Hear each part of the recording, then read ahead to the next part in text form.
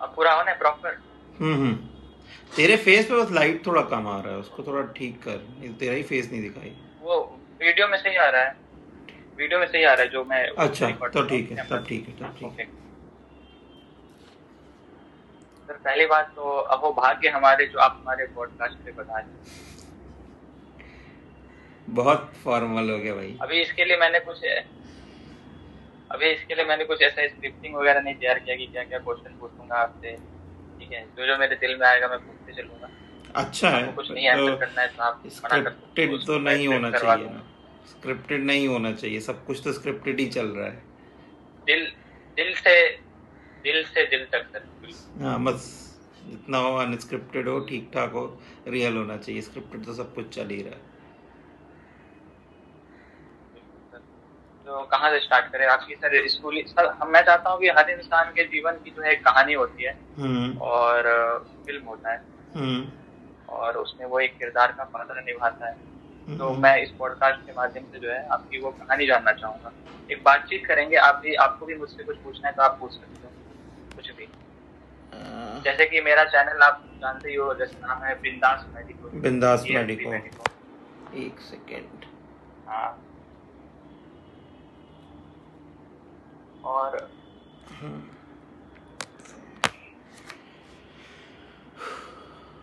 और हम कोशिश करेंगे कि जितने चीजों को टच कर सके सर ठीक है। करेंगे। तो कहाँ से मेरी स्टार्ट करें? कहानी आपकी तो स्कूलिंग कुछ से स्टार्ट करते हैं। कुछ इतना स्पेशल नहीं है, मतलब सेम जो ऑलमोस्ट सारे मिडिल क्लास फैमिली की कहानी है वही कहानी है। कानपुर करके एक शहर है उत्तर प्रदेश में, जो कि बहुत सी चीज़ों के लिए फेमस है। वो अपने गुटखे के लिए फेमस है, अपनी आईआईटी के लिए फेमस है, लेदर फैक्ट्री के लिए फेमस है, बहुत से साहित्यकारों के लिए फेमस है। फेमस है घड़ी डिटर्जेंट की टिकिया के लिए जो पूरे देश में बिकती है, पान पराग के लिए जो पूरे देश में बिकता है, गोल्डी मसाले के लिए जो पूरे देश में बिकता है, और सिंघानिया फैमिली जिनकी रेमंड्स की कंपनी है, जिनका एलिमल स्कूटर एक टाइम हुआ करता था, उसके लिए। यूपी का सब एक बहुत बड़ा शहर, सबसे बड़ा शहर हुआ करता था नोएडा के होने से पहले, सबसे बड़ा इंडस्ट्रियल हब हुआ करता था। वहाँ मेरे पिताजी सिंचाई विभाग में एक इंजीनियर के तौर पे तैनात थे। बचपन से ही कानपुर में ही पला बड़ा हूँ मैं, मेरी स्कूलिंग वहाँ की हुई है। मैंने कानपुर में 3 स्कूल करे थे, और जो मेरा लास्ट स्कूल था वो कानपुर की फेमस स्कूलिंग ब्रांच वीरेंद्र स्वरूप है, जिसका एक स्कूल इकलौता यूपी माध्यम उत्तर प्रदेश माध्यमिक शिक्षा का एक लौता स्कूल हुआ करता था मैकरॉबर्टगंज में, जो कि अब बंद हो गया है। वो ऑल गर्ल्स कॉलेज में स्कूल में चेंज हो गया है। तो वहाँ से 12th करने के बाद आपका कोएट आपका सर कोएट था या फिर जो है ऑल बॉयज मेरा स्कूल अजीब स्कूल? था, ना वो कोएड था ना वो सिंगल था। हमारी प्रिंसिपल ने एक नया फॉर्मूला लगाया था, जहाँ लड़के लड़कियों के स्कूल का जो स्कूल था वो चलेगा साथ में, लड़कियों की क्लासेस अलग होंगी, लड़कों की क्लासेस अलग होंगी। आई डोंट थिंक सो वाह। दुनिया में ऐसा कहीं सिस्टम कहीं और देखा होगा।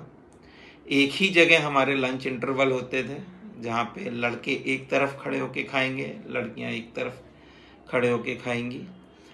प्रेयर्स के भी माध्यम अलग अलग होते थे, पहले लड़कियों की शायद प्रेयर हो जाती थी, उसके बाद लड़कों की होती थी, या कुछ ऑल्टरनेट डे वाला था, वो मुझे एग्जैक्टली याद नहीं है।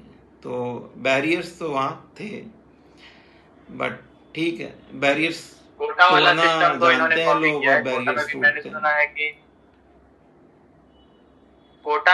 सुना है कि वहाँ पे जो क्लास ली जाती है तो लड़कों की अलग क्लास ली जाती है, लड़कियों की अलग क्लास ली जाती है। ऐसा सुन रखा है मैंने, जो मेरे दोस्त वगैरह है वहाँ ये है मतलब प्रिपरेशन। बट कोटा ये होना नहीं चाहिए, मतलब जब कोटा ले रहे हो तो में सबका एक साथ ही लो। हाँ ठीक है, मतलब अब वो उस पर क्या ही बोले। यहाँ ऐसा लगता है कि अलग करना ज़रूरी है तो लोग करते हैं। प्रॉब्लम ये होती है कि उन्होंने जो छोटे से अपब्रिंगिंग दी है, उसके बाद साथ में रखना उनको ही पता है कि रिस्की है, जो उन्होंने सिखा के माहौल दे के बड़ा बड़ा करा है बच्चों को। चीज़ें स्कूल में तो नहीं बदलेंगी, चीज़ें घर से ही बदलेंगी। वो पहले घर से जब बदलना शुरू होगा, बहुत सी चीज़ों को नॉर्मलाइज करना शुरू होगा, तभी होगा। खैर मैं तो कोटा गया नहीं, मैंने वो भी पढ़ाई कानपुर में ही करी।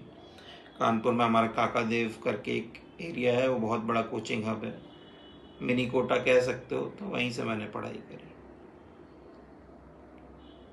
सर 10वीं 12वीं में आपके कितने परसेंटेज थे, कैसे स्टूडेंट थे आप, एवरेज, मैं टॉपर? एवरेज था, मुझे कहने में कभी वो नहीं हुआ कि मैं भैया एवरेज था। मुझे ये पता, मुझे हमेशा से अपना लिमिटेशन पता था, मुझे आज भी अपना लिमिटेशन पता है कि मैं बहुत 30 मार खा नहीं हूँ कि एक बार मैं पढ़ के सब याद कर लूँगा। और क्योंकि मुझे लिमिटेशन पता था तो मुझे ये भी पता था कि मेरे को एक्स्ट्रा हार्डवर्क करना ही पड़ेगा। तो मैं पढ़ता ज़्यादा था, हार्डवर्क ज़्यादा करता था, मुझे चीज़ें समझने में टाइम लगता था, तो मैं 2-4 बार पढ़ता था, रिवीजन करता था, लेकिन मुझे पता था कि मैं बहुत ब्रिलियंट तो नहीं हूँ। मैं यूपी बोर्ड से था, और जो यूपी बोर्ड के होंगे वो जानते होंगे कि उस टाइम पे यूपी बोर्ड में नंबर मिलते नहीं थे, बहुत टफ चेकिंग होती थी। तो someone who is getting more than 65% तो ही इज़ डूइंग गुड। मेरे 10th में 69 थे और 12th में 75% थे। हालांकि 12th में मेरी साइंस में तीनों सब्जेक्ट में डिस्टिंक्शन थी, 10th में मेरी सिर्फ इंग्लिश में डिस्टिंक्शन थी। डिस्टिंक्शन क्या होता है सर, सुना मैंने भी है, जमुना पार सीरीज देखी हुई मैंने, समझ नहीं डिस्टिंक्शन आया का मुझे। मतलब if you get more than 75%, that is what उस टाइम। जमुना पार नहीं, कोई और ही वेब सीरीज देखी थी, उसको वो था लोग तो, उसमें यूपीएससी हाँ, रिलेटेड किया था। डिस्टिंक्शन बोलते थे, तो उसको डिस्टिंक्शन बोलते थे। तो this is way back in हाँ 2007-8 की बात है। उस टाइम पे तो, आज तो लीनियंट मार्किंग हो गई है, गेटिंग 85-88 तो बहुत आसान हो गया, उस टाइम पे तो ऐसा नहीं था। और क्योंकि मैं इंग्लिश बोर्ड मीडियम से था और यूपी बोर्ड में इंग्लिश मीडियम स्कूल होते नहीं थे, जो चेकिंग करने वाले टीचर्स भी होते तो उनको अंग्रेजी नहीं आती थी। तो मेरा भी सर यही मानना है कि अगर आपको डॉक्टर बनना है या इंजीनियर बनना है तो फिर 10वीं 12वीं के नंबर इतने कुछ मैटर नहीं करते, जस्ट वो एज अ हमारे डेट ऑफ एमबीबीएस बर्थ के नंबर भी मैटर नहीं मिलाने करते के हैं। लिए यूज आता है। हमारे एमबीबीएस के नंबर भी मैटर नहीं करते, पेशेंट कभी नहीं पूछता है। मतलब मैंने आज तक नहीं देखा पूछा कि भैया तुम्हारे कितने नंबर आए तभी मैं इलाज करूंगा, या फिर नंबर यहाँ पे लगा के रखो। अब ये बात अलग है कि जैसा अभी हुआ है एग्ज़ाम पेपर लीक वगैरह, तो आगे लोग ऐसा करें, बट अब तक तो ऐसा नहीं होता। और मेरा ये मानना है कि इस कंट्री में 10th और 12th को जितना हुआ बना के रखा उतना है नहीं, खूब ओवर प्रेशराइज्ड किया गया। ठीक है ना, वो मुझे अब समझ में आता है। ओवर प्रेशराइज, मेरे घर में भी सेम माहौल था कि सही 10th बात। में इतने चाहिए, 12th में इतने चाहिए। अब समझ में आता है यार उतना ओवर खुद को प्रेशराइज करके कुछ फ़ायदा नहीं था। उससे कुछ हुआ नहीं, उसका आज कोई मतलब नहीं। बिल्कुल सर, क्योंकि कॉम्पिटिटिव एग्जाम और जो ये 10th 12th है, ये दोनों बहुत ही अलग चीज, बहुत ही ज्यादा अलग चीज है। मेरे क्लास में लगभग 40 बच्चे हुए करते थे, 40-45। तो उसमें से जो है मतलब 95% भी स्कोर किया था, इवन 98% भी स्कोर किया था, ऐसे ऐसे बच्चे भी थे। बट आज की डेट में मतलब वो मेडिकल नहीं कर रहे, मेडिकल सिर्फ उन 40-45 बच्चों में से मैं ही कर रहा हूँ। अब इसको लक कह लीजिए, कुछ भी कह लीजिए, मैं ना कभी टॉपर रहा हूँ ना कुछ रहा हूँ। तो इसके लिए मैं सोचता हूँ कि 10th 12th के जो मार्क्स है वो मैटर नहीं करते, अगर आपको डॉक्टर बनना है या कोई इंजीनियर बनना है नहीं, या मार्क्स कोई तो, टेक्निकल फील्ड में जाना है। स्कूल के मार्क्स तो कुछ भी मैटर नहीं करते अगर आपको आगे कुछ बनना है। ठीक है ना, जिनके स्कूल में बिल्कुल मार्क्स नहीं आए थे, जो डॉक्टर्स और वो इंजीनियर वगैरह ये सब भी नहीं बने, वो भी मेरे स्कूल के फ्रेंड आज का अच्छा ही कर रहे हैं लाइफ में, कोई वो नहीं कर रहा है। इस प्रॉब्लम ये कि एजुकेशन नॉलेज गेन करने का एक तरीका है जिसको हमने सिर्फ नौकरी पाने के तरीके में बस बदल के रख दिया है। ठीक है, आप बिल्कुल। को एक्सपीरियंस बाहर की दुनिया में आना चाहिए, आइए। आप कुछ बिजनेसमैन है तो आपको सामने वाले को बोतल में उतारना आना चाहिए, कैसे सामान बेचना है, आपका वो रुझान है। आप किताब पढ़ के बिजनेस नहीं सीखोगे, बट ज़रूरी किताब इसलिए पढ़ना है ताकि आप बेसिक सिविक नॉलेज सीखो। इंडिया में सिविक सेंस की कमी इसीलिए है क्योंकि एजुकेशन इज़ क्या कहते हैं तुम्हारे एम्प्लॉयमेंट फोकस्ड, कि हम इसको नौकरी के लिए कर रहे हैं। हम इसको समझ के, समझदार बन के और अच्छा सिटीज़न बनने के लिए कर रहे हैं। ऐसा एजुकेशन हमारे यहाँ एक तो चल नहीं रहा है। और बहुत से लोग कहते हैं कि हम तो बहुत से आपने देखा होगा कि ये तो यार एजुकेटेड है फिर भी ऐसी हरकत कर रहा है। वो लिटरेट है, वो एजुकेटेड नहीं है। इंडिया में जितने भी कॉलेजेस हैं जिसमें नॉन प्रोफेशनल जैसे बीए, बीएससी और ये सब होता है, वो डिग्री देने के लिए है। स्टूडेंट वहाँ क्लासेस में जाते नहीं हैं। छात्र संघ अध्यक्ष वगैरह सब अटेंडेंस वगैरह उनके हाथ में रहती है, लग जाती है। बिना पढ़े, बिना एक्सपोजर लिए, बिना किसी एक्सपीरियंस्ड आदमी से अपार्ट फ्रॉम सब्जेक्ट बाकी चीज़ों का ज्ञान लिए चल निकल आते हैं, तो वो लिटरेट हैं, एजुकेटेड नहीं है। बिल्कुल सर। ये तो थी सर 10th-12th की स्टोरी। आपके टाइम तो पीएमटी होता होगा, प्री मेरे मेडिकल टाइम पे टेस्ट तो पीएमटी था, घूम घूम के एग्ज़ाम देना पड़ता था। AIPMT अलग, स्टेट PMT अलग, तो तब अलग था मामला। तो आपने दोनों अटेंड किए थे? हाँ, कोई एक मैं एग्जाम दिया एक्चुअली हो? मेरा था तो क्या ही, मैं तो कर्नाटका से MBBS करा था। जब मेरा इंटर्नशिप था तभी लॉ आ गया था कि कर्नाटका में तो उन्होंने खूब लोकल लैंग्वेज और पता नहीं क्या क्या अजीब तरीके से लगा के रिजर्वेशन बहुत ज़्यादा कर दिया, मतलब हम लोग को ना मिल पाए, बाहर वालों को। ठीक है। दूसरा, मैं यूपी से आया था, तो यूपी का रूल ये था कि आपने बाहर से MBBS करा है तो आप यहाँ PG के लिए नहीं कर सकते हो। वो भी गया, ये भी गया, मेरे लिए सिर्फ ऑल इंडिया ही एक चारा बचा था, तो फिर मैंने ऑल इंडिया एग्ज़ाम दिया।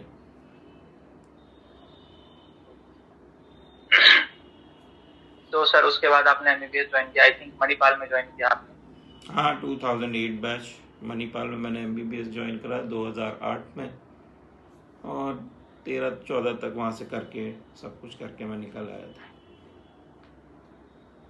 तो सर मणिपाल तो सर शायद प्राइवेट इंस्टीट्यूट है।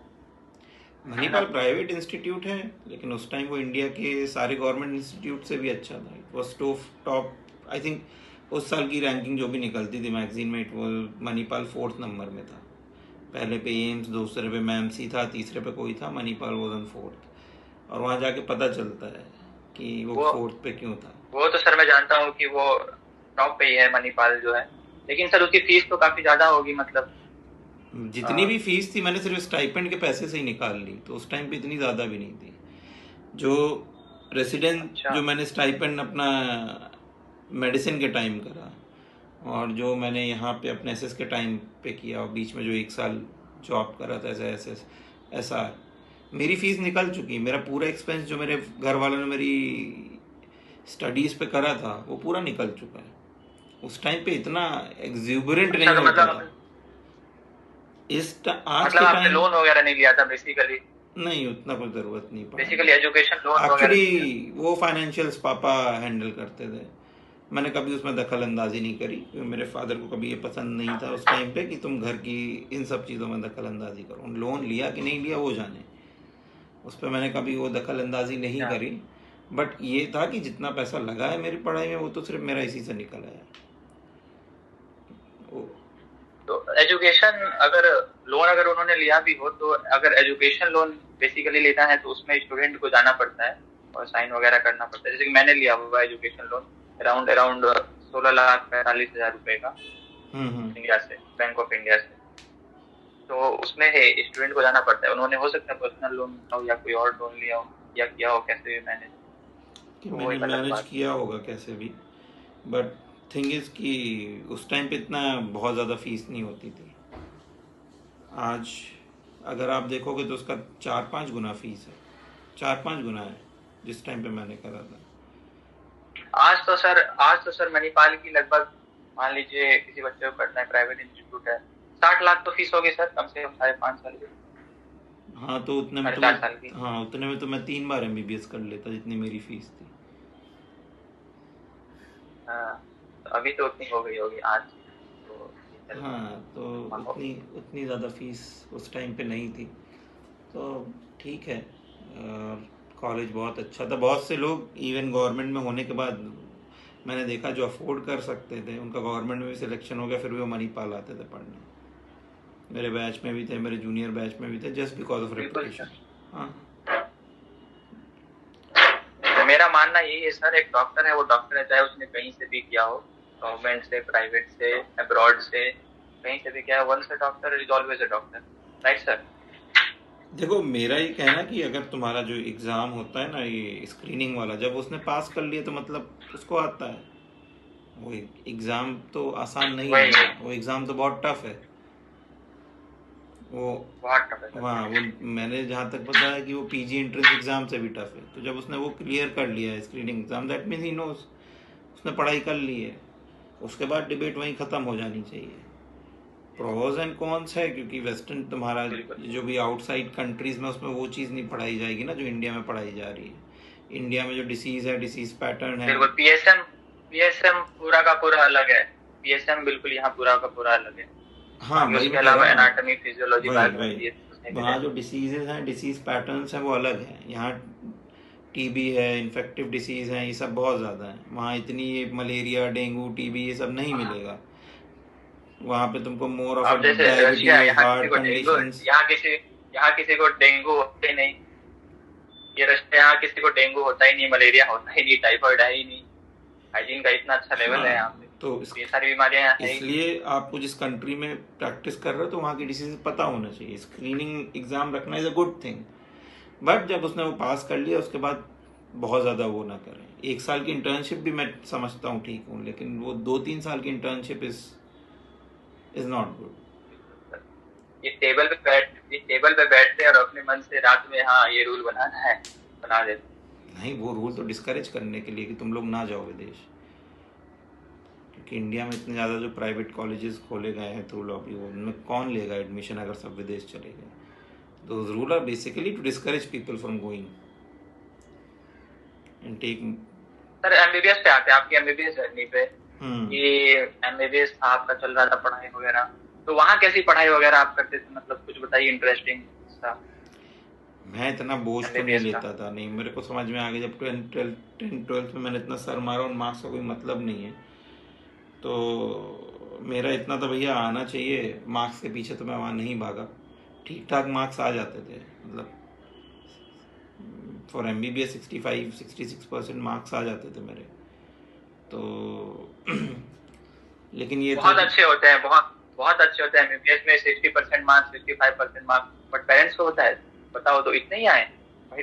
हर पेरेंट चाहता है भाई टॉप ही करे उसका बच्चा, लेकिन हर कोई टॉप नहीं कर सकता ना। कुछ मेरी तरह पॉडकास्ट करने के लिए बने होते हैं। एक टाइम के बाद तो वो सब चीज़ें मैंने अपने हाथ में ली थी, क्या मार्क्स मेरे आए क्या नहीं आए वो बताने की ज़रूरत नहीं है। मैं पास हो गया हूँ, first year, second year, third year पहुँच गया हूँ, क्योंकि मुझे वो बहुत ज़्यादा प्रेशर नहीं लेना था अपने ऊपर कि अरे तुम्हारे इतने मार्क्स हैं, क्योंकि मुझे पता है उनको वो चीज़ नहीं समझ में आएगी। वो लोग तब भी चाहते हैं कि तुम 89%, 90% ये लेके आओ, ठीक है ना। तो उतना तो मैं अपने खोपड़े पे नहीं रखता था। मेरा एक ही वो था कि बस पढ़ो, थोड़ा सा नॉलेज गेन करो, आगे जाओ, बेसिक्स थोड़ा स्ट्रॉन्ग रखने थे। ये चीज़ रहती थी कि मेरा भी अभी यही एम है कि मतलब मिनिमम मार्क्स से निकलते जाना है, अटकना नहीं है बिल्कुल। ये चीज़ रहती थी कि प्रैक्टिकल या क्लिनिकल में कुछ समझ में नहीं आया तो जब तक नहीं समझ में आया उसको समझो, that is more important.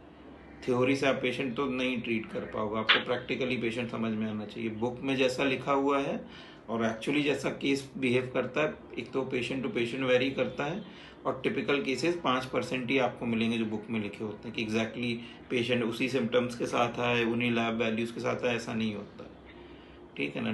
90% patient में आपको एग्जैक्ट सेम पैटर्न नहीं मिलेगा। जब तक आप प्रैक्टिकली देख के समझोगे नहीं उसको तो आपको नहीं आएगा समझ में। इसीलिए प्रैक्टिकल नॉलेज बहुत इम्पॉर्टेंट है, नो डाउट थ्योरेटिकल भी इम्पॉर्टेंट है, लेकिन सिर्फ थ्योरेटिकल नॉलेज के साथ आप नहीं जा सकते हो किताबें पढ़ के। और आपके पास प्रैक्टिकल नॉलेज ज़्यादा होगी, थोड़ी थ्योरेटिकल कम होगी, you will still do very good. लेकिन ये रेशियो ऐसा हो गया कि थ्योरी नॉलेज 70% है, प्रैक्टिकल 30% है, तो नहीं हो पाएगा। देन आप ओवर डायग्नोज करोगे, क्या कहते हैं, इन्वेस्टिगेट करोगे पेशेंट को, पेशेंट का खर्चा ज़्यादा आएगा, रिजल्ट उतना अच्छा आएगा। लेकिन सर एक जो है जिस डॉक्टर के पास डिग्री है, लाइसेंस है, मतलब उसने पढ़ाई, प्रैक्टिकल नॉलेज भी है, देन इट्स ओके, तो उसको तो होगी मतलब वो प्रैक्टिकल नॉलेज जो है। कि उसके बाद भी चांस है कि नहीं हो, डिग्री है, लाइसेंस है, कुछ है, पढ़ाई की है। नहीं ठीक है, एक बार इसका डिग्री है फिर उसको प्रैक्टिस करने का तो हक है ही ना। एग्ज़ाम तुमने बनाया, उसने वो एग्ज़ाम पास करा है, तुमको ये लगता है तुम्हारे एग्ज़ाम के पैटर्न में कुछ गलती, तुम उसको सुधार कर लो, ठीक है। अगर इस देश में मैं कह रहा हूँ, नेक्स्ट का भी इतना बोलबाला पहले था कि इस देश में अगर बिना डिग्री के लोगों को खुले में प्रैक्टिस कर रहे हैं तो डिग्री वाले करने में क्या परहेज है? बात तो सही है, ये पहले नेक्स्ट का जो हो रहा था वो 2023 ही आने वाला था, अब इसको पोस्टपोन कर दिया 2028 तक। देखो नेक्स्ट तो क्या मैंने पता आगे भी कर दे। नेक्स्ट तो मैंने एक टाइम के बाद फॉलो ही करना बंद कर दिया था। मुझे नहीं पता था नेक्स्ट शुरू में जो आई थी उसका क्या चेंजेस करे क्या नहीं, क्योंकि मुझे पता था ये इम्प्लीमेंट होने वाला नहीं है, इतना आसान है नहीं। क्योंकि ऐसा है कि आपने बेस तो बनाया नहीं, बिल्डिंग खड़ी कर रहे हो, वो तो पॉसिबल ही नहीं, बिल्डिंग गिरेगी गिरेगी। अभी भी सेम वही है, अभी उन्होंने कुछ बेसिस नहीं बनाया, अनाउंसमेंट हम नेक्स्ट लगाएंगे। अगर आपको नेक्स्ट और ये सब वही है कि कुछ लगाना है तो पूरा फ्रेमवर्क बनाओ, और ऐसा नहीं कि कोई 1 साल 2 साल पढ़ चुका उसके बाद उसको बुला रहे हो तुम्हारे बैच से लगेगा। उसको पहले पूरा इम्प्लीमेंट कर लो, उसके बाद जिस बैच ने एडमिशन नहीं लिया है, जो 1-2 साल बाद लेने वाला है, वहाँ से लगाओ, ताकि उनको पता हो कि भैया हमारा बैच जो आया है हम नेक्स्ट के थ्रू जाएंगे। ऐसा नहीं किसी ने 2-3 साल अपने करंट पैटर्न के हिसाब से पढ़ाई कर ली, अब तुम उसका नहीं, तुम नेक्स्ट के हिसाब से जाओगे, ये थोड़ा अनफेयर है।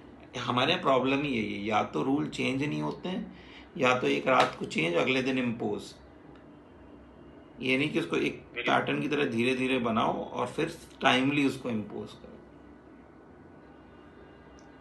बिल्कुल, जैसे कि मेरे को लगता है कि इस नेक्स्ट वगैरह पोस्टपोन होने में प्राइवेट कॉलेज का बहुत बड़ा इन्फ्लुएंस है, जो लॉबीज है वो इसमें तो मुझे नहीं पता कि उनका क्या है क्या नहीं है, बट उनका मोडस ऑपरेंडी तो ठीक नहीं है। क्योंकि अगर नेक्स्ट हो जाएगा तो वही बच्चे इसके लिए भी प्राइवेट कॉलेज में जाते हैं कि आगे तक कोई एग्जाम नहीं देना पड़ेगा, पढ़ूंगा। लेकिन अब नेक्स्ट होगा तो फिर सबको ही एग्जाम देना है, तो फिर ज्यादा से ज्यादा बच्चे जो है वो फॉरेन में ही एडमिशन लेंगे। तो आई थिंक कि उनका इन्फ्लुएंस है कुछ हद तक इस पर। पता नहीं, वो तो मुझे देखना पड़ेगा, उस बारे में मैंने इतना सोचा नहीं है। हाँ, उस बारे में मैंने इतना सोचा नहीं कि उनका कुछ इन्फ्लुएंस वगैरह है इस मैटर में, नहीं है। एक सेकंड रुकना, बाकी मुझे भी पता नहीं, विचार ही है मेरा, थॉट प्रोसेस बैठे बैठे ख्याल। और इससे ये कह रहा ना कि आपकी जैसे एमबीबीएस लाइफ में कोई बच्चे वगैरह रही, गर्लफ्रेंड वगैरह? नहीं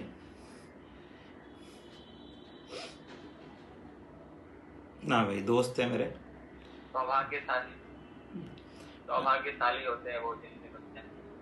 ना दोस्त है मेरे। रिलेशनशिप, मतलब मेरा क्वेश्चन ये है, क्वेश्चन मेरा ये है कि एमबीबीएस के दौरान स्टूडेंट को जो है वो एडल्ट हो चुके थे, ऑफ कोर्स 18+ होते हैं सबके सब जो भी मेडिकल कॉलेज ज्वाइन करते हैं, तो वो रिलेशनशिप में आ सकते हैं या नहीं, आना चाहिए नहीं आना चाहिए? अरे यार, तुम 18 के हो गए हो, तुम्हें जो करना है करो, जो तुमको कॉन्स्टिट्यूशन बोल रहा है ठीक है। थिंग इज सही गलत नहीं है, तुम घर से दूर हो, लोगों को अकेलापन लगता है, दे हैव रिलेशनशिप, उसमें गलत क्या है? एवरीवन वांट्स सपोर्ट, किसी को फ्रेंडशिप में मिलता है, किसी को रिलेशनशिप में मिलता है। मेरे पास दोस्त है, मुझे नहीं ज़रूरत पड़ी, राइट। अब जिनके पास नहीं है उनके साथ रिलेशनशिप है, लेकिन ये है कि 99% ना वहीं ख़त्म हो जाते, वो आगे बढ़ते नहीं।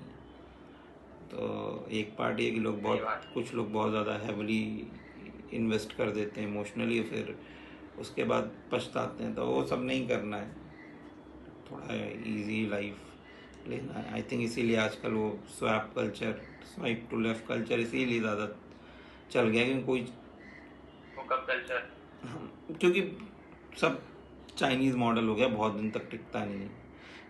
मतलब मैंने इतने लोग देखे हैं, एमबीबीएस में था या था, आगे तो कुछ नहीं चला, कुछ लोग को छोड़ के। तो सबका अपना अपना है, कुछ लोगों को लगता है ठीक है दोस्ती यार इज़ द बेस्ट थिंग, मैं भी मानता हूँ दोस्ती यार इज़ द बेस्ट थिंग, वो इन्जॉय करना is the best thing rather than going for some relationship.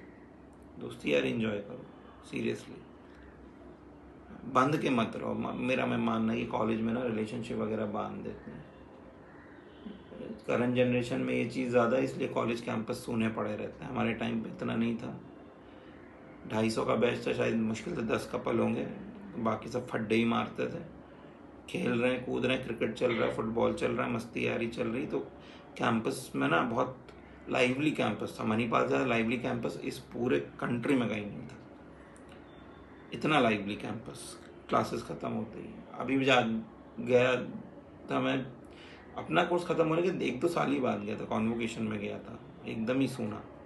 मैं बाहर गया, मैंने कॉफ़ी वाले भैया से पूछा ना, भैया ये क्या हो रहा है, जहाँ हम लोग रोज़ कॉफ़ी पीते थे शाम को, कि तो एकदम ही खाली पड़ा हुआ, यहाँ तो कुछ खाली नहीं रहता था। NRI लड़के बास्केटबॉल खेलने आते थे, हमको भगा देते थे वहाँ से, वहाँ पे भी क्रिकेट चलता था। तो खैर ठीक है, वो सब दैट इज़ इंडिविजुअल। मैं कोई उस पर एक्सपर्ट तो नहीं हूँ राय देना, वो तो इंडिविजुअल है। हर चीज़ का गुरु नहीं बनना चाहिए जो चीज़ नहीं आती तो ना। मेरा मानना है कि अगर आना है तो आओ, कोई दिक्कत नहीं है, बट इतना ज्यादा उसमें इंडल्ज ना हो जाओ कि आप अपनी स्टडीज वगैरह कॉम्प्रोमाइज करो या आप अपना डेली लाइफ कॉम्प्रोमाइज कर रहे हो, आगे चल के आपको बहुत ज्यादा दिक्कत हो जाए। क्योंकि सर मैं एक स्टोरी आपको आपके साथ शेयर करता हूँ छोटी। लाइक देयर वाज 2 सीनियर्स, वो सारे रिलेशनशिप इन 6th ईयर में जाके उनका ब्रेकअप हो जाता है।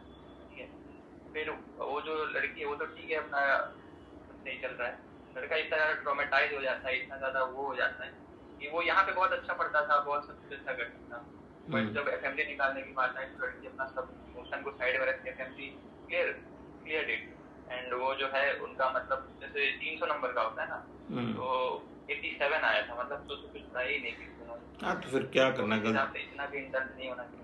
तो उसकी गलती है। मतलब इस केस में तो मैं नहीं कहूँगा कि लड़के के साथ कोई सिंपैथी होनी चाहिए, वो बेवकूफ़ी है और शेयर मतलब बेवकूफ़ी है। इतना ज्यादा इमोशनल अटैचमेंट भी ठीक नहीं है कि जब बात इमोशनल की भी नहीं है। तुम्हारी लाइफ में तुम्हारा ज़िंदगी तुम्हारा सिर्फ करियर बनाएगा और कुछ नहीं बनाएगा, ठीक है ना। तो वो तो पहले ही तुमको लेके चलना है। तुम्हारा बस करियर नहीं, तुम्हारे घर वाले नहीं पूछेंगे, तुम बाहर वाले की तो छोड़ ही दो। तो तुम चली गई तो रो धो के बैठ गए हो, पढ़ाई नहीं कर रहे हो। आई थिंक तो such people do not deserve any sympathy. उनको समझा दो, बुझा दो, ठीक है ना। They are their own reason for downfall. अगर they can not live their head और आगे नहीं बढ़ सकते हो तुम लाइफ में, तो कोई दिक्कत नहीं। वो एक एनालॉजी है ना कि आप किसी को गड्ढे से खींचना चाहते हो तो ज़रूरी है कि वो अपने टोस पे खड़ा हो, तो वो ऊपर आ जाएगा। लेकिन अगर वो अपने फ्लैट खड़ा हुआ है, अपनी हील और पूरा फ्लैट फुट करके खड़ा, तुम भी गिर जाओगे नीचे। वही तो उसको समझना चाहिए। सही बात, ठीक है ना। जितना उस लड़की ने गलत नहीं करा होगा उससे ज़्यादा तो खुद वो अपने साथ गलत कर रहा है। दुश्मन वो लड़की नहीं, वो खुद अपना इतना बड़ा दुश्मन है। तो ये सब बेवकूफ़ी है। और सर इस पे क्या पॉइंट ऑफ व्यू है आप? मतलब मैं तो यहाँ कॉलेज में तो सब कुछ देखता हूँ, एक चीज देखता हूँ, ऐसा तो हर चीज पे बात हो, लाइक अल्कोहल, स्मोकिंग और ये सब करते हैं, तो ये सब कितना हद तक सही है, गलत क्या है? लाइक मैं एक चीज बताना चाहता हूँ सर आपको कि स्मोकिंग और जो अल्कोहल है, बियर मान लीजिए, लाइक अल्कोहल, तो स्मोकिंग और बियर तो जमीन आसमान का फर्क है ना। स्मोकिंग बहुत ज्यादा ही कुछ कॉज कर देता है शरीर के अंदर, बियर आप थोड़ा थोड़ा लेते हो तो ठीक है, उसमें कैलोरीज भी होती है, वेट गेन होता है। क्या पॉइंट ऑफ व्यू है? देखो यार, थिंग इज, इतने लोग मेरे को फॉलो करते, सब सर कहते हैं, तो मैं इंडोर्स तो नहीं करूँगा किसी भी पॉडकास्ट में, तो बोलूँगा कि मत लो, ठीक है। But people should have liberties in life. ये चीज़ उनकी ज़िंदगी में किसी पॉडकास्ट को नहीं डिसाइड करनी चाहिए, पॉडकास्ट में बोलने वाले को नहीं डिसाइड करनी चाहिए कि भैया तुमको क्या लेना है क्या नहीं है, ठीक है। सबको पता है क्या ठीक है क्या नहीं है। और जो सिगरेट का डब्बा खरीदता है उस डिब्बे में भी अब बड़ा बड़ा इंडिया में तो आने लगा है, ठीक है ना, आता है, लोग देखते हैं, तो उनको पता है सब, वो उसको करने के बाद कर रहे हैं, अपने जीवन के मालिक हैं, ठीक है। और मेरी रिस्पॉन्सिबिलिटी ये है कि I should not endorse those thing, ठीक है। आप पर्सनल लाइफ में वो सब चीज़ें लेते हो ना लेते हो, पब्लिक लाइफ में आपको नहीं करनी चाहिए। This is not hypocrisy, this is your responsibility. क्योंकि कई लोग अपने आप को नहीं कंट्रोल कर पाते हैं। जैसे तुमने अपने वो जूनियर, अब जो भी सीनियर वीनियर का बताया, अब उसको लत लगी तो फिर वो तो 3-4 के 4 पैकेट ख़त्म कर देगा और रोज़ की 2 बोतलें ख़त्म कर देगा, फिर खुद को ख़त्म कर देगा। तो जो भी तुम इन्जॉयमेंट तो करना ही है, कॉलेज गए किस लिए हो, but do it responsibly. Irresponsible होके नहीं करना है ना। और सबसे बेवकूफ़ी वाली बात जो होती है कॉलेज टाइम में कि गाड़ी आज तेरा भाई चलाएगा, वो तो कभी मत करना। तुमने एंजॉय कर लिया, तुमने पी लिया, तुम एक बात जान लो, इसमें कोई बहादुरी नहीं कि गाड़ी तुम्हारा भाई चलाएगा। तो ना तुम कोई मर्द बने जा रहे हो, तुम माचो बने जा रहे हो। मेरे पर्सपेक्टिव से और बहुत से लोगों के पर्सपेक्टिव से देखो तो हाँ ना, हमारे यहाँ यूपी में तो कॉमन स्लैंग है, लेकिन दुनिया में गाली मानते हैं। तुम दर चूतिया लग रहा हो ये सब करने में कि गाड़ी भाई चलाएगा, ठीक है ना। तो मत चलाओ भाई गाड़ी, चुपचाप बैठो पीछे, किसी सेन आदमी को चलाने दो या वो कर लो। क्योंकि प्रॉब्लम ये है ना कि जब तुम कुछ करोगे तुम अकेले नहीं मरोगे, तुम 3-4 को लेके मरोगे, या हो सकता है तुम बच जाओ, 3-4 मर जाए।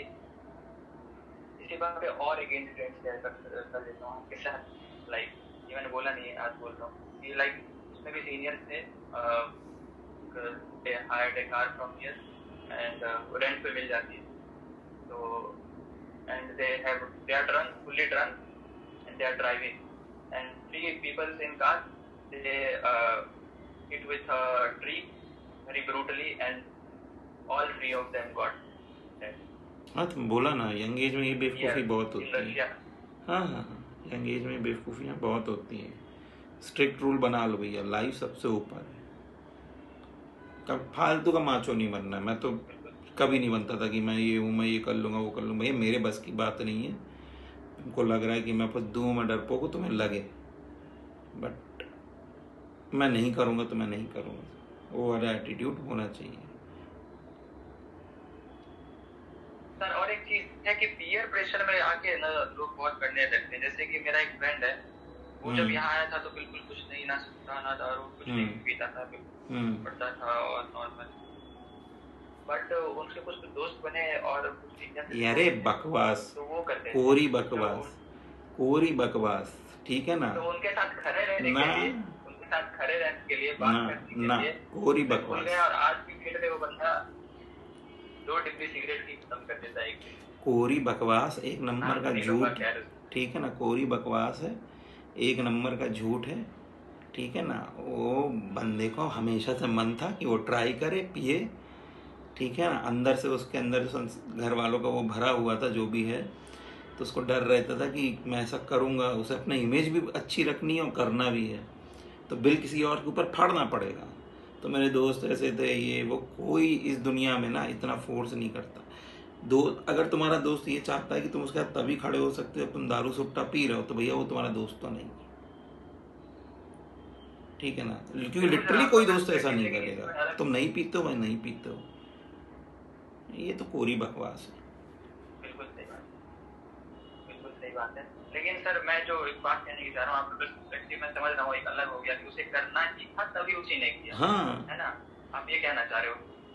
हाँ, और मैं ये आपको बताऊँ थोड़ा सा कि मान लीजिए मेरे, मतलब मैं तो कंट्रोल में होता है, लेकिन मेरे 2-3 जो दोस्त पी रहे हैं, ठीक है, सिगरेट, तो फिर होता है ना कि भाई तू भी ट्राई कर ले, तो उसमें ट्राई में फिर हो जाता है, लत तो लगी जाती है। ऐसे ही तो पहला स्टार्टिंग ऐसे ही तो होता है कि भाई तू भी पी ले यार, देख अच्छी चीज है, मजा आता है। नहीं अच्छी चीज तो नहीं है, अच्छी चीज तो नहीं है, बट ठीक है, अच्छी चीज तो नहीं है। वो तो मैं ही बता रहा हूँ, मतलब मैं ये बता रहा हूँ कि कुछ ना कुछ बोल के तो भाई ट्राई तो कर ले, एक बार ट्राई तो कर ले, और वो ट्राई से ही तो फिर वो अब लेवल बढ़ जाता है ना, राइट। क्योंकि कोई इंसान, मतलब मुझे नहीं लगता कि कोई खुद दुकान जाता हो, जिसने कभी ना पी रखी, खुद दुकान जाता हो, एक सिगरेट पी लाता हो और अकेला पीता हो, कहीं ना कहीं से तो वो इंडल्ज होता है कि हाँ ये कूल है, या फिर यार मेरे दोस्त करते हैं मैं भी करके देखूं, तभी होता है ना ये चीज। तो मेरे को लग रहा है ये तो तुम्हारी कहानी है। अरे नहीं सर, नहीं सर, मैं अपने आप तुम जस्टिफाई करना चाह रहे हो कि मैंने तभी पीना शुरू करा, मेरा मन नहीं था, डिब्बी नहीं लेके आया जब मेरे दोस्तों ने लिया। नहीं, बिल्कुल नहीं सर, सब यहाँ की कहानियां हैं जो मुझे पता है। देखो 4 दोस्त बैठे होंगे, कुछ चल रहा होगा, माहौल बन जाएगा, तो एक ना एक कश कोई ना कोई खींच लेते, वो होता है, ठीक है ना। बट ये पूरी तरह उस पर नहीं डाल सकते, कि मेरा मानना है कि ऐसे लोग, आदमी का मन तो होता है, क्योंकि मैंने हर तरह के लोग देखे हैं, और लिटरली इनको नहीं पीना होता वो नहीं ही पीते हैं। तुम कितना पीयर प्रेशर और ये सब डालना वालना डाल दो तुम, ठीक है ना, वो नहीं पिएगा। अब मैं और एक फ्रेंड की आपकी एक भी बात कर लेता हूँ कि लाइक उसका था कि हाँ उसने शुरू से बियर वगैरह ट्राई करनी, तो he drink beer but in a week occasionally he drinks beer, और उसने ना कभी स्मोकिंग की ना कभी हुक्का, कुछ भी नहीं, क्योंकि मुझे खुद से था कि कभी कभार बियर पीऊंगा, तो ये चीज वो करता है। तो मैं उसको सही मानता हूँ कि भाई तू सही है, पीयर प्रेशर में आके तुमने जो है कुछ नहीं करा, खुद से जो कुछ सोचता है वो करता है। हाँ, ये सही चीज है ना? मतलब उसने एक चीज एक्सेप्ट करी ना कि उसका बियर पीने का मन करता तो पी रहा है, और जो नहीं करता वो नहीं पी रहा है, सीधी सी बात है ना। बट प्रॉब्लम ये है कि जो लोग कहते नहीं मेरे दोस्तों ने करा दिया, ये तुम्हारा उनका मन था, बस वो बिल किसी कोई चाहिए उनको इसके ऊपर बिल फाड़ दो। सर और एक ये बताइए मेरे को कि जैसे बियर वगैरह मैंने सुनी काफी कैलोरीज होती है, कैलोरीज भर भर की होती है, तो क्या उससे वेट गेन होता है? बिल्कुल। तो सर किडनी के भी डॉक्टर हो। बिल्कुल होता है। होता है। बियर वालों का पेट अलग से पता चल जाता है। ढोलक नहीं, कभी कभार तो नहीं, लेकिन जिनका थोड़ा ज़्यादा हो जाता है हफ्ते में 2-3 बार या और ज़्यादा, तो उनका पेट तुमको अलग से आलू के बोरे की तरह पता चलेगा। दैट इज तो ट्रू। तो लाइक बियर कभी कभार पी सकते हैं। तो मेरे से इंडोर्स क्यों करवा, मैं तो बोल रहा हूँ ना, मैं नहीं बोलूँगा, ठीक है ना। जो पी रहा है उसके लिए कह रहा हूँ कि भैया बियर से वेट बढ़ता है, लेकिन एज अ डॉक्टर में पूछोगे तो मैं कहूँ नहीं पीना है। और चलिए यहाँ से ये एमबीबीएस की जर्नी में तो मेजरली यही होता है कि आपकी दोस्ती होती है, फिर पढ़ाई वगैरह थोड़ी बहुत चलती रहती है। यहाँ तो हमें खाना का भी खुद ही देखना पड़ता है, हर चीज का एक टेंशन होता है कि खाना क्या बनाऊंगा, पहले तो अपनी वो सर्वाइवल के लिए करना पड़ता है। तो यही चीज है। फिर आपकी मतलब और एक चीज मेरे जहन में वो आ रहा है सवाल कि सर आप इतना पढ़े, स्पेशलाइजेशन कर रहे हो, आप इतना पढ़ने का मोटिवेशन कहाँ से आया? क्योंकि हमारी अभी हम फोर्थ ईयर में जाने वाले, अभी से हमारी पढ़ के 4 हो चुकी है। बिल्कुल मेरा ऐसा मानना है कि जो काम कर रहे हो, अगर कर रहे हो तो अच्छे से करो, नहीं तो छोड़ दो। If you want to be a businessman, छोड़ तो नहीं लगता सर, काफी पैसे लग गए। नहीं, अगर कोई बिजनेसमैन बनना चाहता है उसका यही होता है ना कि अच्छा बने, है ना। कोई किराने की दुकान भी खोलता तो उसका ये थोड़ी कि दिन में 4 ही साबुन बिक जाए, जितना माल बिक सकता है बिके, ठीक है। वैसे अगर तुम्हें डॉक्टर बनना तो फिर भैया ढंग से बन जाओ, अच्छे बन जाओ, ठीक है। मतलब मैं ये नहीं कह रहा जो सिर्फ एमबीबीएस कर रहा हूँ ढंग के नहीं होते, लेकिन उनका माइंडसेट क्लियर होता है जितना वो चाहते हैं लाइफ में। मेरा ऐसा था कि भैया एक टाइम के बाद कम पे तो नहीं सेटल करना है, जितना बेस्ट तक जा सकते हो उतना बेस्ट तक जाना है। मुझे करना था नेफ्रोलॉजी, मुझे पसंद थी मेडिसिन के टाइम से, तो फिर मैंने परस्यू करी। ओके सर, लेकिन एक 1.5 साल बना हुआ है कि एमबीबीएस के बाद पीजी करना जरूरी ही है। ऑब्वियसली जरूरी ही है।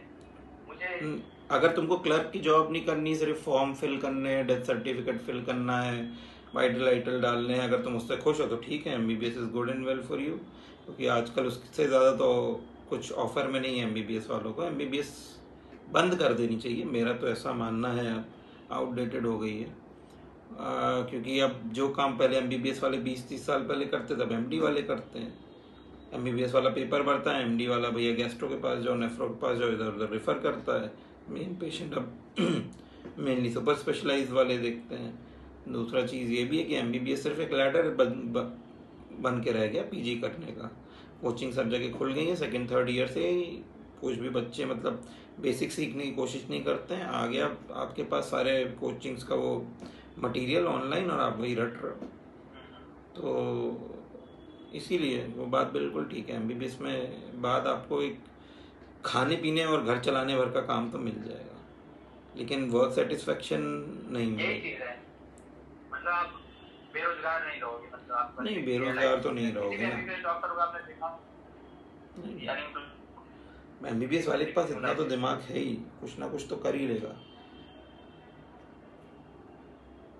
मैंने भी सर नहीं देखा, लेकिन इंजीनियरिंग के साथ ये बहुत होता है। मैंने अपने आसपास देख भी रखा है कि इंजीनियरिंग कॉलेजेस जितने खुल रहे हैं, engineering is totally dependent on companies ना। इट्स नॉट, इंजीनियरिंग में कोई प्राइवेट अपना जैसे हम लोग क्लिनिक खोल सकते हैं, उनके पास वो लिबर्टी नहीं है ना। तो उनमें तो सैचुरेशन आएगा ही एक टाइम पे। तुम जाके अपना क्लिनिक कहीं तुमने देखा अच्छा ये दूर दराज का एरिया, यहाँ क्लिनिक नहीं चल जाएगी, आपने जाके खोल दिया। जैसे कि शहर, अब बड़े शहर सैचुरेटेड हो चुके हैं, ठीक है, तो जो नए डॉक्टर्स बन रहे हैं वो जा रहे हैं टायर 2 टायर 3 सिटी कस्बों तक जा रहे हैं, क्योंकि वहाँ है, वहाँ जाओ, ऑप्शन तुम्हारे पास। इंजीनियर्स के पास ही थोड़ी ऑप्शन है। तो कंपनी बड़ी बड़ी जॉब निकालेंगी तो मिलेगा, नहीं निकालेंगी नहीं मिलेगा।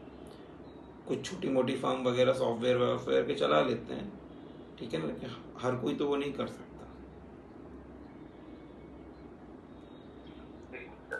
लेकिन आपने जो कहा कि एमबीबीएस बस एक लेटर बन के रहेगा, इसमें लेकिन डिफरेंट डिफरेंट डॉक्टर्स का डिफरेंट ओपिनियन है, क्योंकि आई डोंट नो आप जानते होंगे कि डॉक्टर जगदीश चतुर्वेदी है वो वहाँ के साउथ से उन्होंने किया। हाँ पता है, वो पता। ईएनटी स्पेशलिस्ट है। तो उनका मैं रील्स वगैरह देखता हूँ, तो वो कहते हैं कि भाई कोई जरूरी नहीं है भेदचाल जाने की, एमबीएमएस करने की, अगर नहीं हो रहा है तो भाई एमबीबीएस करके भी बहुत कुछ किया जा सकता है, और बहुत लोगों ने कर रखा है। तो इसको अपने आप को प्रेशराइज नहीं करना है, हो रहा है तो ठीक है, नहीं हो रहा है तो कोई बात नहीं। वो लोग ऐसे हैं जिनके पास थोड़ा सा बैकिंग है, उन्होंने एमबीबीएस करा, छोटा मोटा हॉस्पिटल डाल दिया जिसमें दूसरे लोग आके काम कर रहे हैं, वो तुम कर सकते हो, ठीक है ना। बट तुम्हें खुद का वर्क सेटिस्फैक्शन जो मैं बोल रहा हूँ ना कि एज अ डॉक्टर, वो नहीं मिलेगा, फिर तो तुम मैनेजमेंट वाले बन गए, डॉक्टर नहीं रहे, ठीक है ना, वो तुम कर सकते हो। लेकिन सर जो एमबीबीएस करने के बाद जो बेसिक चीज होती है, आप वो तो जनरल फिजिशियन तो कहना सकते हो, डेंगू मलेरिया ट्यूबरकुलोसिस सब चीज का इलाज तो कर सकते हो। स्पेशलाइजेशन में होता है कि आप किसी एक चीज में, जैसे आप किडनी में हो तो नेफ्रोलॉजी में आप स्पेसिफिकली किडनी की बीमारियां देखोगे, लेकिन वो जो एक एमबीबीएस डॉक्टर है उसके पास लोकल पेशेंट्स आएंगे तो वो पूरे बॉडी को एग्जामिन करेगा, एंड फिर वो अगर उसे लगता है कि स्पेशलिस्ट की जरूरत है फिर वो रेफर कर देगा। ऐसा ही होता है ना सर? ऐसा होता था, वही तो मैं कह रहा हूँ, अब एमडी वाले करते हैं ये काम। क्योंकि एमबीबीएस का स्किल लेवल अब बहुत नीचे चला गया है। आप एमबीबीएस की डिग्री लेके आप किसी भी कॉर्पोरेट हॉस्पिटल में जाओगे ना, तो तुमसे सिर्फ पेपर भरवाएंगे, ये कंसेंट भर दो, ये भर दो, मेडिसिन लिख दो। अपनी मर्जी से आप मेडिसिन नहीं दे सकते हो पेशेंट को, जो कंसल्टेंट बोलेगा आपको उसको लिखना है मेडिकल चार्ट में, मेडिसिन चार्ट में, समझ रहे हो। या तो आप दूर दराज के एरिया में अपना प्रैक्टिस चला लो एज एमबीबीएस। हाँ, ये तो सर हायरार्की बनी रहती है कि किसी भी पोस्ट में होता है तो हमें अपने सीनियर की रिस्पेक्ट करनी होती है, उसकी बात सुननी होती है, तो वो उस लेवल पर रेजिडेंट है तो वो जो बोलेगा वो तो करना ही है। हाँ, वो बात अलग है, लेकिन भाई मैं तुम्हारे ऊपर हूँ, नहीं वो बात तो अलग है, लेकिन अब उनको जॉब ही यही मिलती है, ठीक है ना, पेपर भरने की। और ज़्यादा हुआ तो भैया तुमने पट्टी लगा दी, पेशेंट का फ्रैक्चर है तो तुमने वो लगा दिया, बस। अब जो ही करके खुश है, मैं ये नहीं कह रहा उसमें कुछ गलत है, अगर कोई खुश है तो सबका अपना अपना होता है। कोई कहता है यार 5 साल हो गया मुझे, अब मेरे से नहीं हो रहा, मेरा मन नहीं है, मुझे नहीं करना, तो दैट इज गुड, मत करो। हाँ, तुम उसमें खुश हो, तुम उसमें खुश रहो। खुशी बहुत इम्पोर्टेंट है। हाँ, तुम्हारा मन नहीं, तुम जबरदस्ती भेड़ चाल में जाके कर रहे हो तो ना तुम अच्छा कर पाओगे, बल्कि खुद भी रगड़ोगे। इससे अच्छा मत करो, तुम्हारा मन है वो करो। ऐसा नहीं कि मैंने सिर्फ एमबीबीएस करते हुए लोगों को ऐसा नहीं देखा कि वो खुश हैं, वो ये सोचते हो कि हमने ये क्यों नहीं करा। नहीं भैया, मैं जानता हूँ लोगों को वाकई खुश हैं।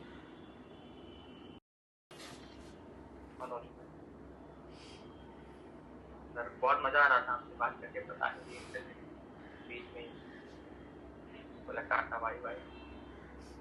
कहाँ थे हम टॉपिक पे थे? हाँ, एमबीबीएस को लेके थे, एमबीबीएस ये लाइफ। तो मतलब वही मैं बोल रहा हूँ कि खुश रहना सर इम्पोर्टेंट है, सबसे ज्यादा जो है कि आप किस चीज से खुश हो, है ना। हाँ, बस जिसमें खुश हो कर लो। अगर एमबीबीएस करके खुश हो तो ठीक है, नहीं पीजी कर लो, नहीं तो एसएस कर लो मेरी तरह। अच्छा, ये अभी आरजीकर मेडिकल कॉलेज की बहुत एक दुखद घटना हुई है, तो ऐसा क्यों हो रहा है सर? बार बार मैं सुनता हूँ न्यूज वगैरह में भी, आदिश डॉक्टर के साथ ही हो गया, कलूस डॉक्टर के साथ ही हो गया। जनता डॉक्टर को भगवान का दर्जा देती है, बट उसी भगवान को मारती भी है, वायलेंस करती है उनके खिलाफ। क्यों सर? पहला प्रॉब्लम यही है कि जनता डॉक्टर को भगवान का दर्जा देती है। हमारी कंट्री में जिसको भगवान का दर्जा दिया जाता है उसकी हालत बुरी कर दी जाती है, ठीक है ना। इसलिए हमें खुद ही इस चीज़ का खंडन कर देना चाहिए कि हम भगवान नहीं हैं, खुद ही त्याग देना चाहिए। मठ तुम्हारी नदी हो, ये भगवान है, क्या हालत करती है। ठीक है, हमारे यहाँ की औरतें देवी समान है, क्या हालत करते हैं। डॉक्टर भगवान है, क्या हालत करते हैं। ठीक है ना। तो जैसी कंडीशन है, more than 80% of this country भगवान डिजर्व भी नहीं करते हैं। अभी भी आप देख लो, जो भी आरजी कर में हुआ, मेडिकोज ही तो शेयर कर रहे हैं ना मोस्टली, वही तो आवाज़ उठा रहे हैं। बाकी लोग तो दबे स्वर में भी कह रहे होंगे कि ठीक हुआ, ये डॉक्टर इसी लायक है, कहते हैं लोग। इतने गंदे जुर्म के बाद इनको भगवान की ज़रूरत नहीं है। ठीक है ना, क्योंकि खुद भगवान को अप्रिशिएट नहीं करते हैं। और डॉक्टर तो किसी कीमत पे भगवान नहीं, इंसान है। हर किसी को भगवान बनाना ही बंद कर देना चाहिए। यस सर, सही बात। डिजर्व नहीं करते। मुझे तो लगता है सर कि doctor should earn very well that he or she can afford private bodyguards so that they can be protected. या फिर गवर्नमेंट को जो है कुछ इसके खिलाफ ये लेना चाहिए। बड़े बड़े सेलिब्रिटीज को आप प्रोटेक्शन देते हो, बड़े बड़े नेताओं को प्रोटेक्शन देते हो, डॉक्टरों को भी जरूरत है प्रोटेक्शन देने की। प्रोटेक्शन से देखो कुछ होगा नहीं। आप कितनी प्रोटेक्शन दे दोगे। तो हॉस्पिटल की ड्यूटी रूम के अंदर हुआ, वहाँ तक क्या पुलिस तैनात करोगे? नहीं कर सकते ना। चीज़ें चेंज होती हैं जब बड़े लोग, जब बड़े सेलिब्रिटी, जब बड़े नेता एक इन्वायरमेंट बनाते हैं किसी चीज़ के लिए। अगर वो इन्वायरमेंट बनाएंगे डॉक्टर्स के लिए एक अच्छा, तो लोग अपने आप जो है ये सब चीज़ें बंद हो जाएंगी। लेकिन खुद हमारे नेता आके बहुत सी बार देखा ना, बड़े बड़े लोग, इवन सेलिब्रिटीज़ उल्टे सीधे पोस्ट डॉक्टर्स के अगेंस्ट जो डालते हैं ना, वो इन सब चीज़ों को हवा देते हैं। दूसरा, हमारे देश में जो मुंह खोल के बकवास डॉक्टर के अगेंस्ट कर सकता है, वो खुलेआम कर रहा है, उसके ऊपर कोई कार्रवाई नहीं होती मेडिकल और मेडिकल साइंस के ऊपर। एक बहुत बड़ा वो है, नाम तुमने सुना होगा, विश्व स्वरूप रॉय चौधरी। ठीक है ना। हाँ, वो तो बंगाल के हैं। वो इतना बड़ा फ्रॉड है, इतना बड़ा फ्रॉड है। तुम लोग तो नहीं पता होगा, मैं बचपन से पता है। अर्ली 2000 में वो बंदा आया था ये लेके कि वो एक लाइब्रेरी की सारी किताबें रट सकता है। ठीक है ना। और वो अपना उस टाइम पे कोर्स देता था लोगों को मेमोरी का और ये वो। ठीक है ना। वो नहीं चला क्योंकि वो फ्रॉडिया चीज़ थी। तो भाई साहब ने एक्टिंग वैक्टिंग में भी करा, फिर उनको वो भी नहीं चला। तो समझ में आया कि इस देश में ना डॉक्टर के अगेंस्ट बोल के बहुत मिस इन्फॉर्मेशन करके बहुत जल्दी आप फेमस हो सकते हो। ठीक है ना। डॉक्टर्स लूटते हैं, ये करते हैं, वो करते हैं बोल के उस बंदे ने लोगों को बरगलाया। खुद बोला कि मैंने एक डाइट करके डिप डाइट चालू करी, वो 2 के लोगों की सारी चीज़ें, किडनी बीमारी वगैरह सब ठीक। तो मैं उसका बता रहा था आपको कि उसने पहले ये बोला कि 2004 में कि अर्ली 2000 में कि लाइब्रेरी की सारी किताबें पढ़ सकता है। वो नहीं चला उसका, मतलब उसको याद रह सकता है, मेमोरी के कोर्स दिए, फिर पता नहीं गायब हो गया अचानक से। पेपर में आता था खूब। उसके बाद सुना है मूवीज़ वूवीज़ करी, फिर उसमें भी नहीं चला। तो उसको ये समझ में आ गई डॉक्टर के अगेंस्ट बोलो बहुत वो होगा। फिर उसने ये बोला कि उसने PhD इन डायबिटीज़ करी। ठीक है, PhD इन डायबिटीज़ नई डिग्री थी जो किसी को नहीं पता। एक उन्होंने डाइट डिस्कवर करी है, डिप करके सारी बीमारियां उससे ट्रीट हो जाती हैं। और जाके बस मेडिसिन, हर जगह जाके मेडिसिन में तो ऐसा है वैसा है, कोई डॉक्टर मुझे ये बोल दे वो बोल दे। ठीक है। और क्योंकि उनको उस चीज़ की नॉलेज नहीं है, तो वो कोई भी लिटरेचर या आर्टिकल पढ़ता था उसको मिस इंटरप्रेट करके अपने हिसाब से लोगों तक बताता था। ठीक है ना, क्योंकि उसकी समझ उतनी नहीं है। और भाई साहब ने ये सब करके बोला डॉक्टर इतना पैसा कमाते, इतना फीस लेते हैं, ये वो। उनकी खुद की फीस 21,000 रुपये है एक बार। लोग जाते भी हैं उसके पास। ठीक है। फिर कोविड में उन्होंने खूब डॉक्टर्स के अगेंस्ट कुछ बोला, IMA के ऊपर केस भी किया डॉक्टर्स के ऊपर। ठीक है ना, कि कोविड फर्जी है, ये है वो है। तो बाद में किसी ने इनके ऊपर रिसर्च डाली, पता चला ये आदमी जो बोलता था कि लाइब्रेरी की सारी किताबें रट सकता है, इससे वो PhD जो डायबिटीज़ थी ना, वो डिग्री भी पढ़ के नहीं हासिल करी, वो भी उससे रटा नहीं गया। इसने पकड़ी अफ्रीका की एक यूनिवर्सिटी जाम्बिया में, उनको पैसे दिए और वहाँ से ऑनररी डिग्री ले ली। ऑनररी डिग्री का मतलब, इससे बड़े बड़े सेलिब्रिटी अमिताभ बच्चन वगैरह को ऑक्सफोर्ड देती है, मतलब बड़ी ऑक्सफोर्ड और ये सब बड़ी बड़ी यूनिवर्सिटीज़ देती हैं कि भैया या आप ऑनररी डिग्री हमारी तरफ से इकोनॉमी में, इसका मतलब ये नहीं कि वो इकोनॉमिस्ट हो गए, वो इकोनॉमिक चीज़ों पे अपना ज्ञान देने लगेंगे या उसके पैनल में आ जाएंगे या बहुत बड़े इकोनॉमिस्ट बन जाएंगे, नहीं, ऑनररी डिग्री है, उससे आप प्रैक्टिस नहीं कर सकते। वैसी ऑनररी डिग्री इन्होंने उल्टा खरीदी है। सेम आदमी जो बोलता था वो लाइब्रेरी की सारी किताबें पढ़ सकता है, वो एक PhD इन डायबिटीज़ की डिग्री अफ्रीका में जाम्बिया की यूनिवर्सिटी से खरीद के लाया। तो ये इस लेवल के जब फ्रॉड हैं और ये खूब उल्टा सीधा बोलते हैं, लोग उनको देखते भी, उसमें खूब PR, एक है ना कि एक फेक न्यूज़ चैनल बना लेते हैं, उसमें उन्हीं के इंटरव्यू चल रहे हैं, इस तरह का खूब फेक PR इन्होंने चलाया। तो ऐसे लोगों को जब आज़ादी रहेगी बोलने की और कुछ भी करने की, तो फिर, और ये भड़का रहे हैं लोगों को डॉक्टर्स के अगेंस्ट ऐसे लोग।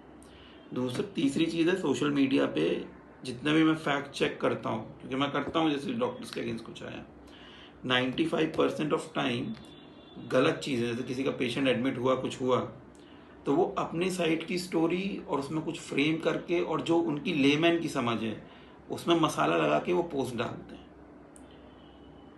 और जो एक्चुअल मेडिकल सच्चाई होती है वो नहीं डालते हैं। मतलब मेरे बाबा थे, उनकी डेथ हुई, रात को ही तो उन्होंने मुझसे बात करी, रात को ही तो वो इमोशनल चीज़ें लगा के उसमें फेंक दिया, ठीक है ना, उसमें कुछ भी मेडिकल बैकग्राउंड नहीं होता है।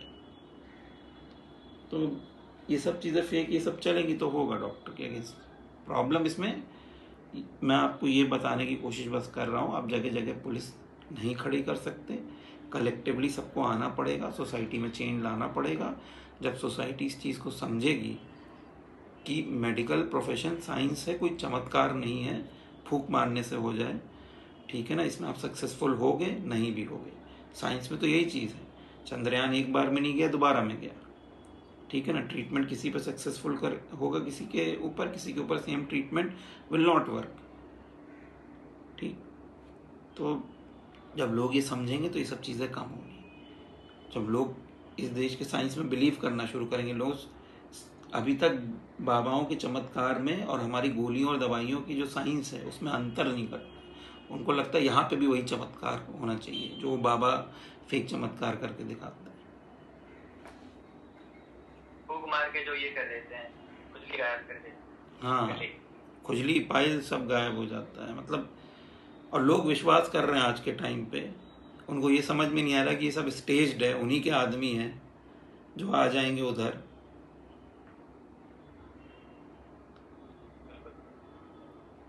सर इसके बाद हम बात कर लेते हैं MBBS के बाद 3 तरीके की डिग्रियां होती हैं, मोटी मोटी, जो प्रैक्टिकल लाइन होता है, MD, MS, DNB, right.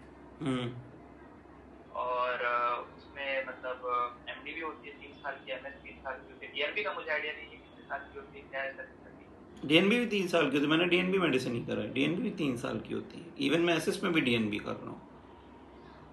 DNB is good, DNB is very good. मैं तो बोलता हूँ आप MD के पीछे मत भागो, क्यों करना सरकारी हॉस्पिटल में काम, पूरा जॉब वगैरह मिलने नहीं कोई दिक्कत नहीं जॉब है, वगैरह मिलने में कोई दिक्कत कोई नहीं दिक्कत नहीं आएगी ना। Corporate hospital even are preferring DNB, क्योंकि उन्होंने कॉर्पोरेट हॉस्पिटल सीखा है, उनको पता है क्या है। आप मतलब no offence to MD people, ठीक है ना, पर प्रॉब्लम ये है कि वो कॉलेजेस आज भी उसी तरह चल रहे थे 30 साल पहले चल रहे थे। नया इंफ्रास्ट्रक्चर, नई चीज़ें, नई मेडिकल साइंस से रिलेटेड चीज़ें नहीं आई हैं। और यहाँ आप DNB कॉर्पोरेट हॉस्पिटल में करते हो, इनके पास ऐसे ऐसे इन्वेस्टिगेशन है। सी मेरे कुछ जूनियर्स जिन्होंने और कॉलीग्स हैं जिन्होंने MD करा है, उसके बाद यहाँ DNB करने SS में है, उन्होंने MD मेडिसिन करा, कहते भाई ये इन्वेस्टिगेशन हमने किताब में पढ़ी थी, होती हैं, हमने कभी होते हुए नहीं देखी, हमने सुनी नहीं, ठीक है ना। तो इवन कॉर्पोरेट और DNB इस टाइम पे DNB लेना is much better except for surgical branch, वहाँ थोड़ी दिक्कत है क्योंकि फ्री हैंड नहीं मिलता। तो सर्जिकल ब्रांच में आई प्रेफर कि MS is far better than DNB, medical branch में I feel DNB is better than MD। Okay sir. Sir जैसे फुल फॉर्म है MD का डॉक्टर ऑफ मेडिसिन, MS का masters in surgery, and DNB का क्या है full form? Doctorate in national board, diploma in national board, sorry, हाँ पहले तो डिप्लोमा इन नेशनल बोर्ड था, हाँ DNB का मेडिसिन वालों के, हमारे लिए डॉक्टरेट इन नेशनल बोर्ड है जो SS कर रहा है, मतलब ये एग्जाम नेशनल बोर्ड कराता है। तो मतलब ओके, तो मतलब ये चीज़ है कि DNB में आप वो भी कर सकते हो, क्या कहते हैं उसे, उसको क्या कहते हैं, पोस्ट ग्रेजुएशन भी कर सकते हो और आगे चल के सुपर हाँ सुपर स्पेशलाइजेशन भी कर। हाँ अब तो लोग डिप्लोमा कोर्स भी ले आए हैं। ये सब चीज की नॉलेज नहीं होती काफी। नहीं, और DNB is at par with MD MS, ठीक है ना। जो नौकरी आपको एमडीएमएस से मिलती है वही डीएनबी से मिलती है, चाहे वो सरकारी चाहे प्राइवेट हो, बहुत डिफरेंस नहीं। ठीक है सर, धन्यवाद आपका समय देने के लिए। कुछ इंस्टाग्राम से एक दो क्वेश्चन आए कल ही, मैं एक मैंने स्टोरी पोस्ट की तो ज़्यादा नहीं आया, तो उसको बस डिस्कस कर लेते हैं फिर। ठीक है।